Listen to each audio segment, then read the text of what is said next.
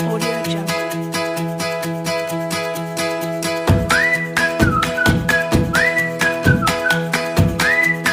Saya akan menjelaskan tentang fenomena El Nino dan La Nina.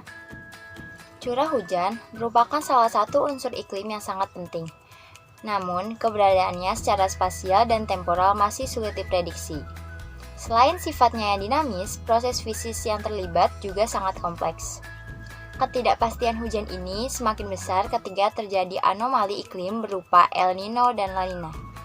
Pengertian dari El Nino itu sendiri yaitu El Nino merupakan fenomena kenaikan suhu perairan di Samudra Pasifik, di mana kenaikan suhu air laut ini mempengaruhi penyebaran pembentukan awan hujan. Sedangkan La Nina merupakan sebuah kondisi di mana terjadi penurunan suhu muka air laut di kawasan timur ekuator di Lautan Pasifik. Awal proses terjadinya pun berbeda. Awal proses terjadinya El Nino dikarenakan adanya peningkatan suhu yang berada di perairan Pasifik bagian timur dan tengah. Dan hal inilah yang menyebabkan meningkatnya suhu kelembapan pada atmosfer yang berada di atas perairan tersebut. Lalu, setelah terjadinya pemanasan suhu yang berada di perairan Pasifik bagian tengah dan timur, menimbulkan kelembapan di atmosfer yang berada di atasnya. Peristiwa itulah yang mendorong terjadinya pembentukan awan. Setelah proses pembentukan awan, di bagian barat Samudra Pasifik mengalami peningkatan tekanan udara. Adapun proses awal terjadinya La Nina yaitu ketika angin pasat timur yang bertiup di sepanjang Samudra Pasifik menguat, sehingga massa air hangat terbawa semakin banyak ke arah Pasifik Barat. Akibatnya, massa air dingin di Pasifik Timur bergerak ke atas dan menggantikan massa air hangat yang berpindah tersebut.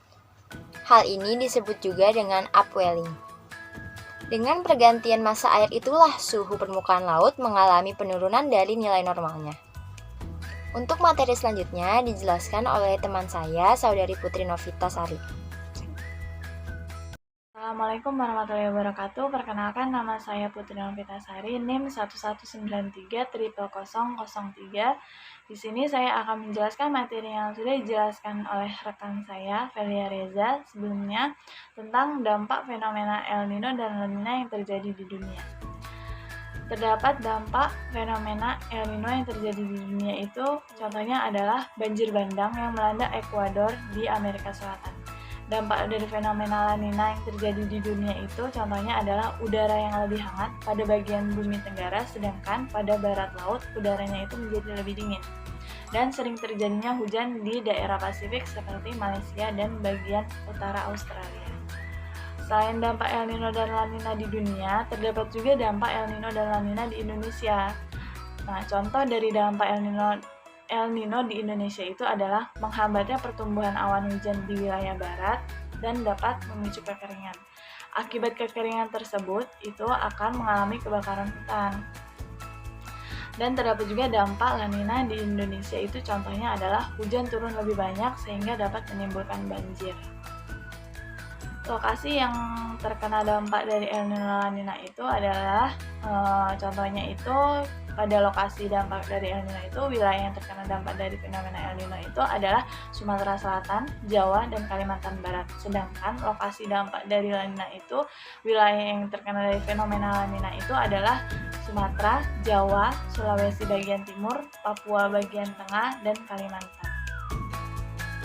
Selanjutnya dapat disimpulkan bahwa El Nino itu merupakan fenomena kenaikan suhu perairan di Samudra Pasifik, sedangkan La Nina itu adalah fenomena penurunan suhu permukaan laut di bagian kawasan timur ekuator pada Lautan Pasifik. Jadi perbedaan El Nino dan La Nina itu dapat disimpulkan bahwa kejadian El Nino dapat diikuti dengan penurunan curah hujan dan peningkatan suhu udara, sedangkan kejadian La Nina merangsang kenaikan curah hujan di atas curah hujan yang normal. Sekian yang dapat saya sampaikan, mohon maaf apabila ada kesalahan. Terima kasih atas perhatiannya. Wassalamualaikum warahmatullahi wabarakatuh.